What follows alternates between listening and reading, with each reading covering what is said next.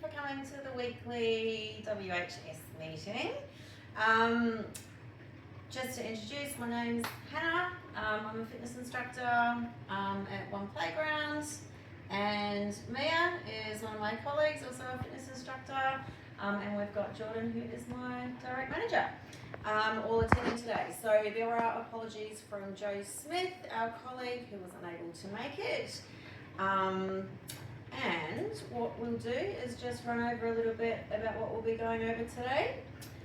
So we run our WHS meeting because we are adhering to the WHS Act of 2011, which is why we're here discussing all of this today. We will be discussing some hazards that have been identified when we did our risk assessment last week.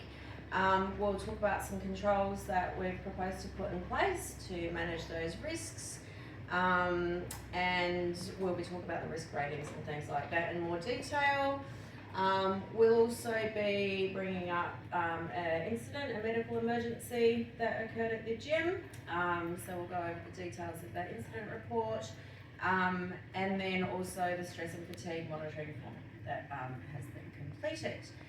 Has anyone got any questions or anything else they wanted to add to the agenda before we kick off? And you guys all received your copy of the agenda that I emailed you yesterday. Amazing. All right.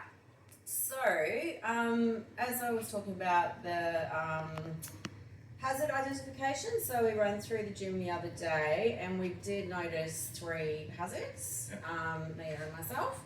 So the first hazard, we had a missing barbell collar on the weights. So the barbell collar sits there and obviously, as we know, makes sure the weight plates don't fall off and hurt anybody.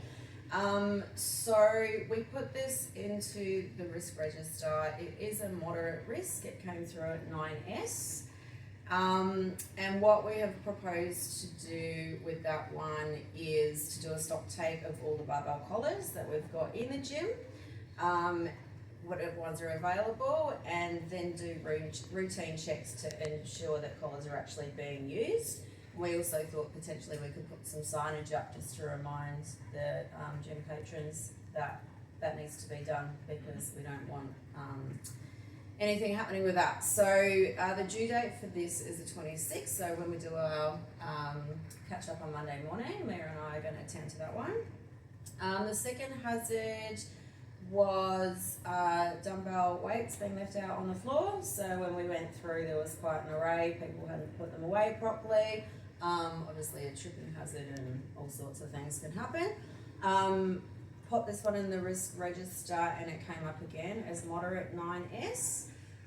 So we've thought that a good control measure for that would be to put additional signage up as well. Please make sure to put all weights away after you've used them. And when we do our hourly checks through the gym, we're just going to keep track on that as well on our tick list. And again, we're going to get that off on Monday morning.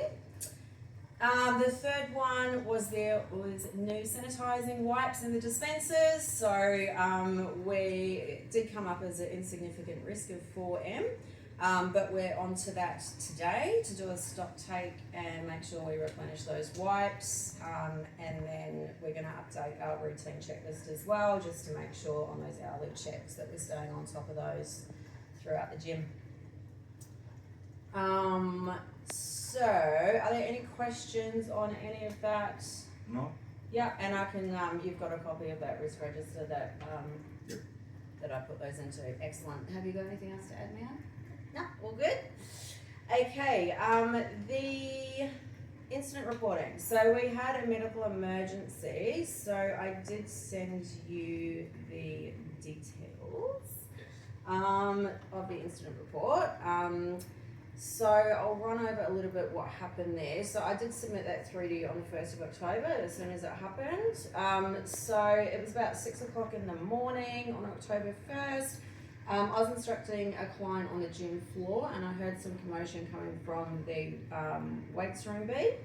A lady came running out basically and said that she'd witnessed a gentleman fainting and he'd hit his head on the ground when he did this. So I immediately attended the incident and followed first aid procedures and called 000. And he was taken care of by paramedics, and I then submitted this incident report and filed that one through.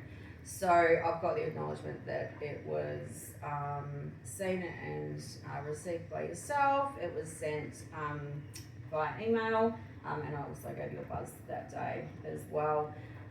So I believe he is doing well, and yeah, it's just another reminder that we just need to be really on the ball with that stuff. Have you got any further questions about that, or did you need any other information? No, would you like to follow up with the gentleman? I'll give him a phone call. Yeah, absolutely. I did speak to him last week when he popped into the gym, and thank goodness he's doing really well. Yeah, so we gave him a call the following day just to check in, and he was okay. So he's following up with his GP and things like that around what happened as well. Brilliant. Excellent. So yeah, hopefully we don't have any more of those coming in anytime soon. So moving on to our next topic.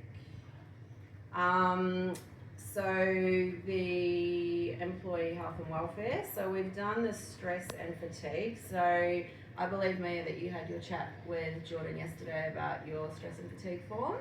So I'm happy to run through mine now if it's the time for you. Okay, so as you know, we do this just to make sure that we're all staying on track and to identify if there's any areas of concern, especially when we work crazy hours like we do.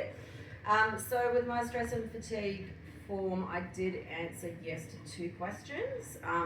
So does your roster include shift work, which was a yes, and is work performed at low body clock times between 2 a.m. and 6 a.m., which it is. So I have been feeling very drowsy during the days, and I also have had the need for extended sleep-ins during days off work, so it's kind of like impacting a little bit on that side of things. But what I was going to talk to you about, the main issue is the Sunday, Monday, Tuesday, when I do those early classes every single morning. So Mia and I were chatting, and she's happy to alternate that 6 a.m. class, if possible, just because there's 3 back-to-backs on that morning. So if you wanted to have a think about if that would be something that we could look at just to help manage that tiredness, that would be fantastic. Well, if you're happy with what you've come up with as a plan, just send me an email about how it's going to change, and I'm happy to go with whatever makes you both feel better. Excellent.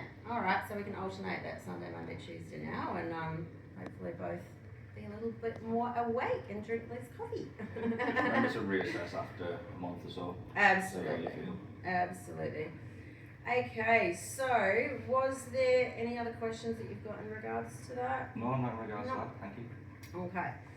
So today's the set. Our next meeting's next week on the 2nd of March. Is 5 p.m. a good time for you guys to meet up again? Yep. Yep. Okay, excellent. I think that works for all of us really well. So the time is now 5:30. We started our meeting today at 5. So just the follow-up items, Mia and myself are going to, on Monday, do a stock take of the barbell collars, and add checking the barbell collars into our routine hourly checks, and we're also going to look at signage for those. Signage as well in the weights room to put the equipment back after use, and add that to our checks as well when we run through the gym each hour. And we've also got to do a stock take today, see what we're looking with our sanitizer wipes, and basically keep track of that so we can see how many we're going through so we don't run low again. And we're going to add that onto our routine checklist as well. Yep. Okay. So that closes our meeting today. Any other questions, anything else to add before we wrap up? All right. No, that sounds good. Thank you. Beautiful. I'll send out a copy of these minutes to you guys, and we'll catch up again next week. All good. All right. Thanks for coming.